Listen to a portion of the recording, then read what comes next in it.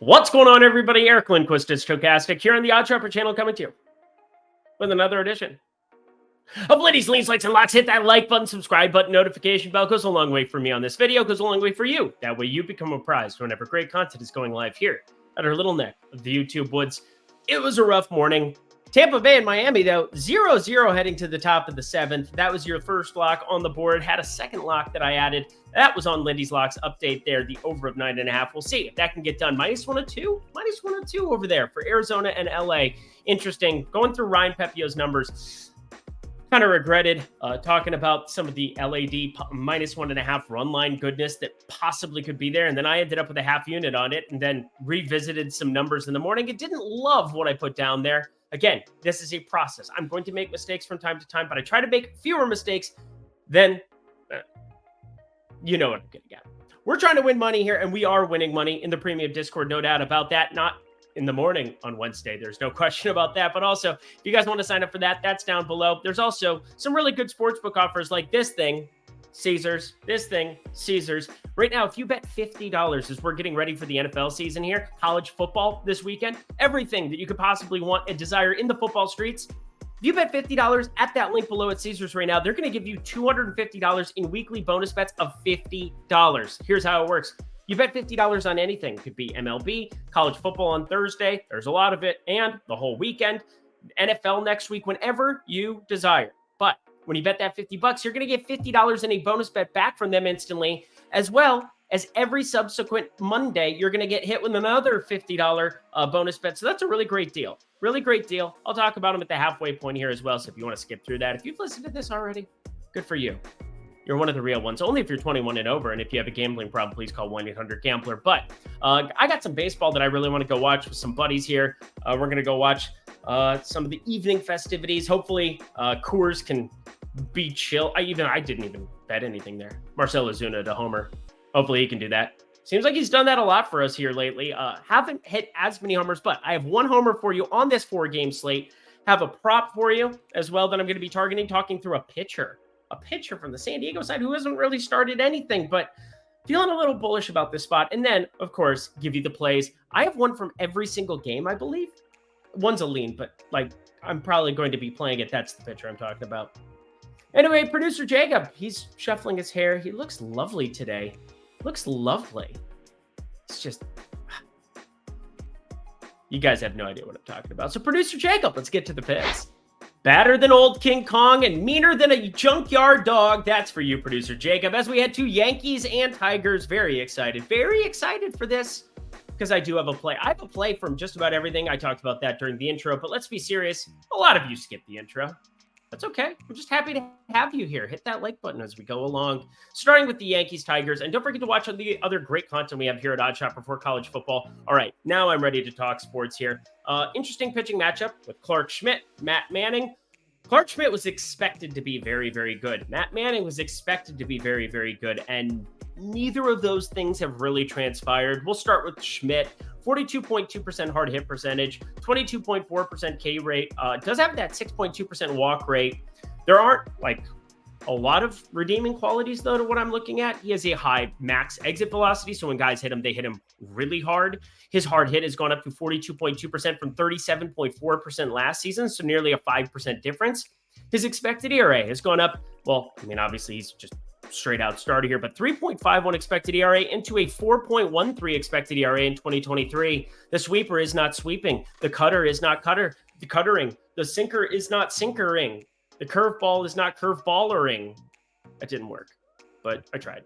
Anyway, Clark Schmidt, not my favorite back in the entire universe, but I'm going to do it here. And here's why. Matt Manning has been worse. And sometimes when you look at the better lineup, which I'm still going to give to the Yankees side here, even though I do like Spencer Torkelson, Riley Green, Kerry Carpenter, they've put together phenomenal seasons respectively, especially Torkelson coming off of a terrible 2022 debut as the #1 prospect in baseball. But Matt Manning, friends, oh boys and girls, boys and girls. I mean, oh boy is what I was trying to say. 42.6% hard hit percentage, 508 expected slugging with an 11.2% barrel rate and just a 15.4% K rate.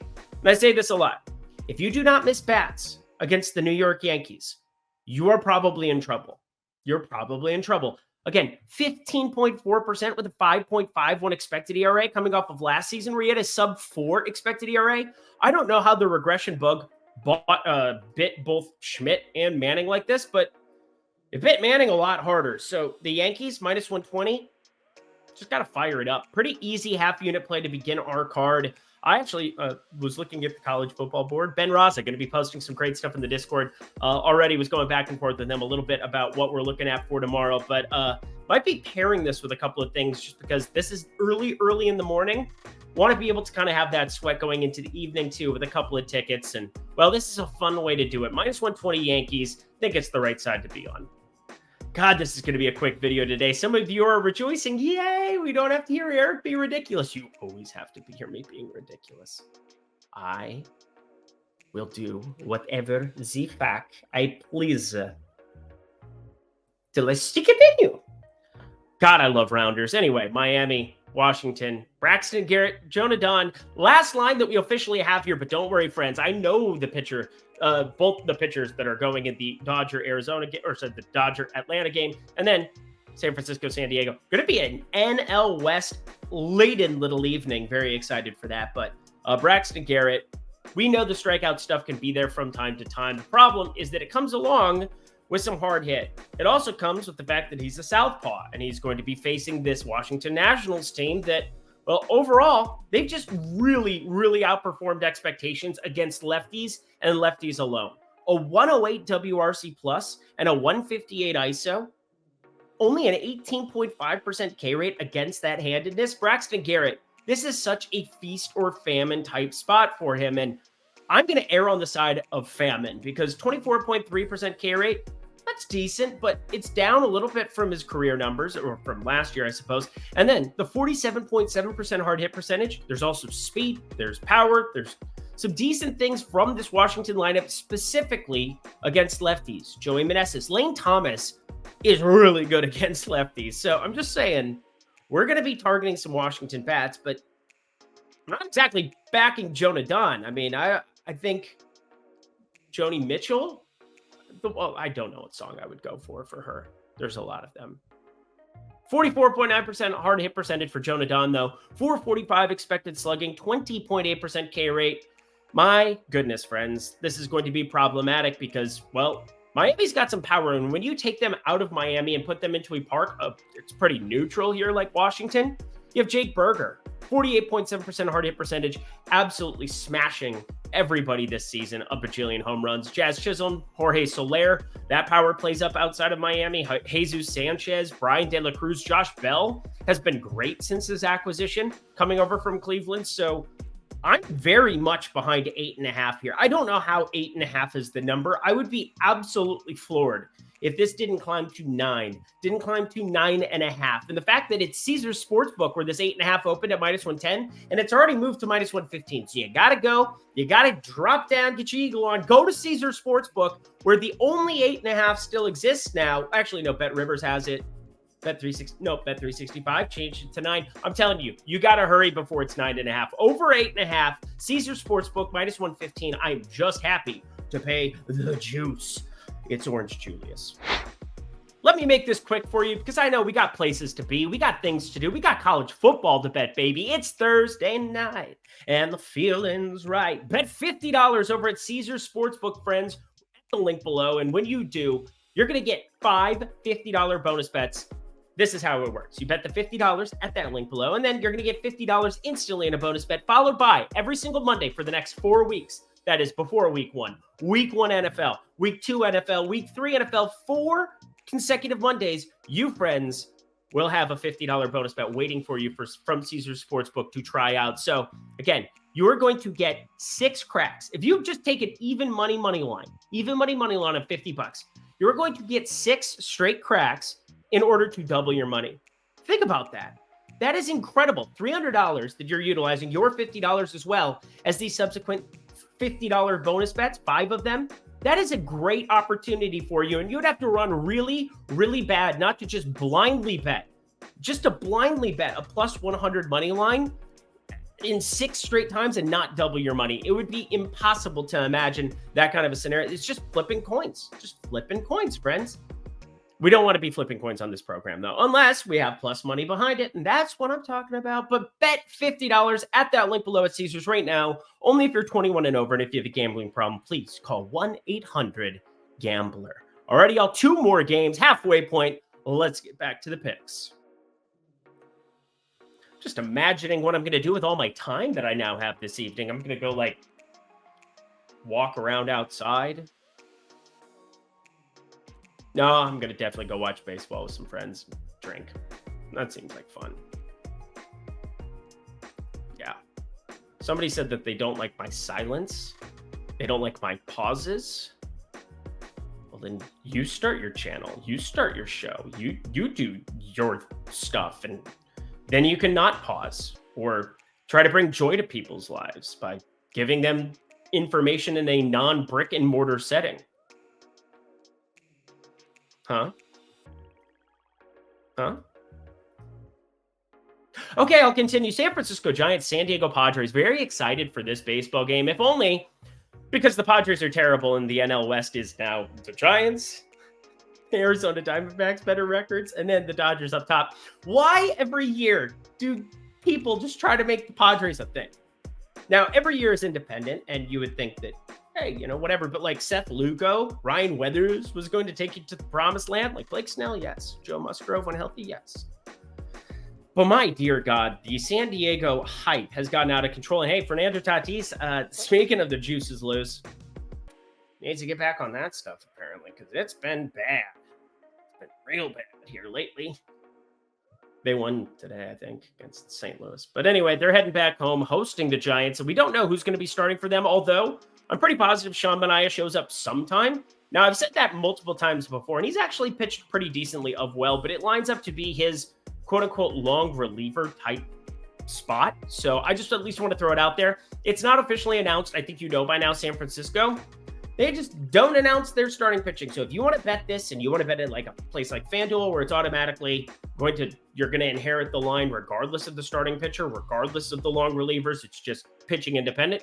Sweet, have fun, enjoy. But for me, I wait for it. I'm going to sit on it. I'm going to take my time and figure out exactly what Gabe Kapler is going to do, which is going to just give me a headache because then I'll have 48 messages from people. Hey, what are you going to do with the Giants San Diego game? Here's what I'm planning on, though. Now, San Francisco, bullpen games, the books, they've been pretty quick to acclimate to the fact that this is a good thing for the individual teams. Tampa Bay started this whole fiasco, if you will. It's, you know, Ryan Bearclaw, or not Ryan Bearclaw. Was it Bearclaw? No, because he got annihilated against Boston. I'm trying to think of who it was. Ryan Yarbrough. That's who it was. My brain took me a second. But Ryan Yarbrough, Tampa Bay, they're really the first ones who ran with this idea of the long reliever. Now every team does it to some extent. In San Francisco, they're the ones this year who just don't release their starting pitcher until like a couple hours before. So cool. And then Sean Manaea may or may not show up. He pitched on the 26th, but 5 days between his start against Philly, 6 days, the Tampa one. It would assume that here he's available. 74 pitches there against Atlanta in that outing. Pitched pretty well, 5 strikeouts, only the 2 earned, and I think he got a little bit unlucky looking at some of the BABIP numbers. So, just saying. Anyway, San Diego, this is where we're going to be really focusing our time because this individual who's starting for them, officially announced, Pedro Avila. Now, I know that I've heard this name a couple of times, but he was never drafted in MLB. He's only 26 years old. And last year he showed up in 1 game, 6.17 expected ERA, got called up for a quick second and got absolutely bamboozled. Kind of felt bad for him. Kind of felt bad for the horse. Name that movie. Anyway, we got the El Paso Chihuahuas, because why wouldn't we? He wasn't exactly good this year with one win, 6 losses, and 8.57 ERA. But you know what he does? Do you know what he does? He pitches in the PCL. Oh, Pacific Coast League. I don't know how many times I can bring it up for you people. And you know what he also does at the PCL? He gets strikeouts. And that has immediately shown up in some of his data over the course of the last couple of years when he shows up for a random start and gets shelled and goes back. This season, though, 466 pitches at the big league level, 27.4% K rate. Just saying, pretty decent stuff overall. And yeah, do you feel a little bit uncomfortable? Because that's pretty bad even by PCL standards, yes, but go back to 2022. He was 7-2 with a 4.58 ERA, 1.31 WHIP. I think he was working through some stuff, didn't exactly have his best stuff, and then, well, you just wanted to be at the big league level. Anyway, this strikeout stuff plays live. He's facing a San Francisco team that not the easiest spot to go out and just mow down dudes because you're going to face a lot of those lefties, but it's a great ballpark to be pitching in. And they have the 4th highest strikeout rate, actually, with the adjusted lineup, as I'm plugging it in here, 24.9% K rate based on what I'm looking at for their projected lineup. Jock Peterson being thrown into that mix. Mike Yastrzemski activated off the IL here, off the 10-day IL. So lots of pieces here. And it's nice to be able to talk a little bit more in depth about some of the things that I'm looking at here. Well, K rate, check. Better team, I think, better lineup. Still San Diego, despite the record, check. San Francisco, lots of bullpen usage, check. And you've got Ryan Walker possibly for San Francisco being the opener here, who, yeah, he's been really, really good, but that takes him out of a late game type surge here. So I think money line, in addition to a possible backing of a K prop or just taking the single game parlay approach, I'm saying up to 5 Ks, which is really, really aggressive. But Avila got himself up into the 70s in terms of pitch count. We're not just seeing him as a bullpen type arm. He's been a middle reliever type arm, but 90 pitches on the 6th of August. We saw on the 26th, 78 pitches. I think if he gets it going, if he ends up starting, well, he is starting, but like if he ends up getting it rolling early, motoring, what's your price tonight? Finding 5Ks and a money line. To the last game we go. Daddy needs a new bicycle. And you know what?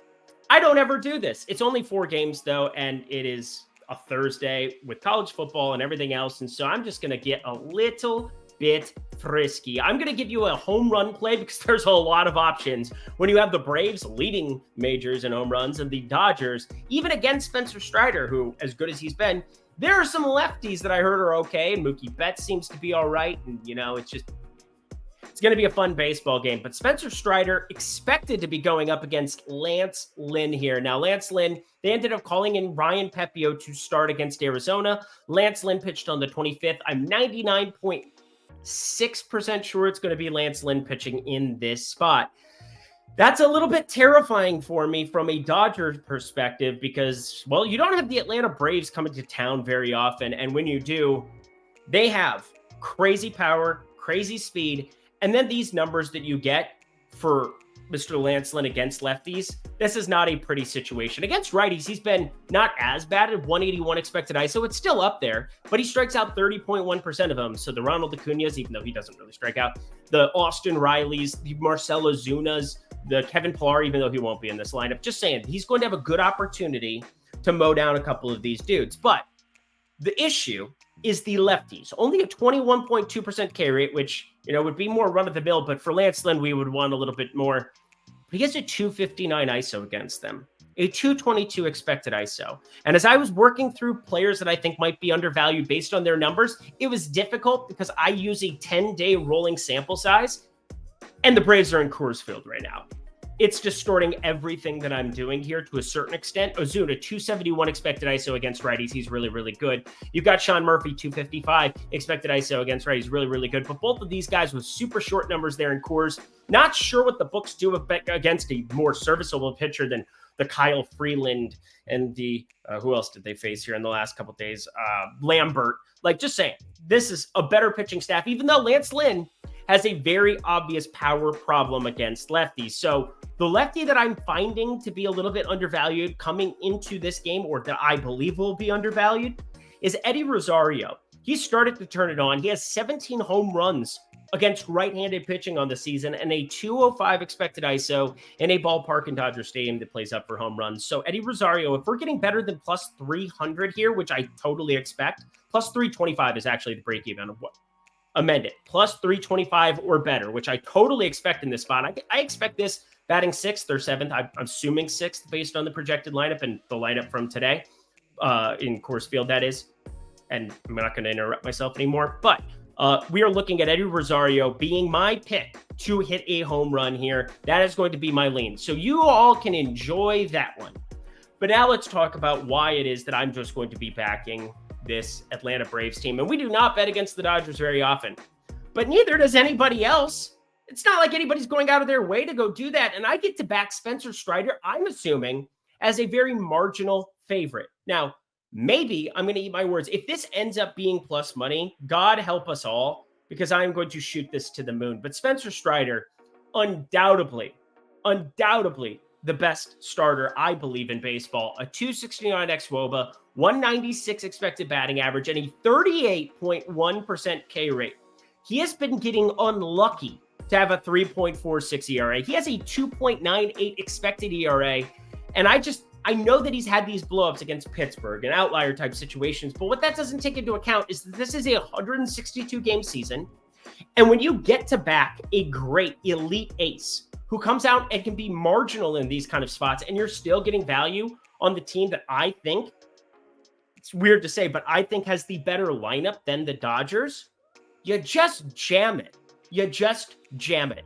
We be jamming.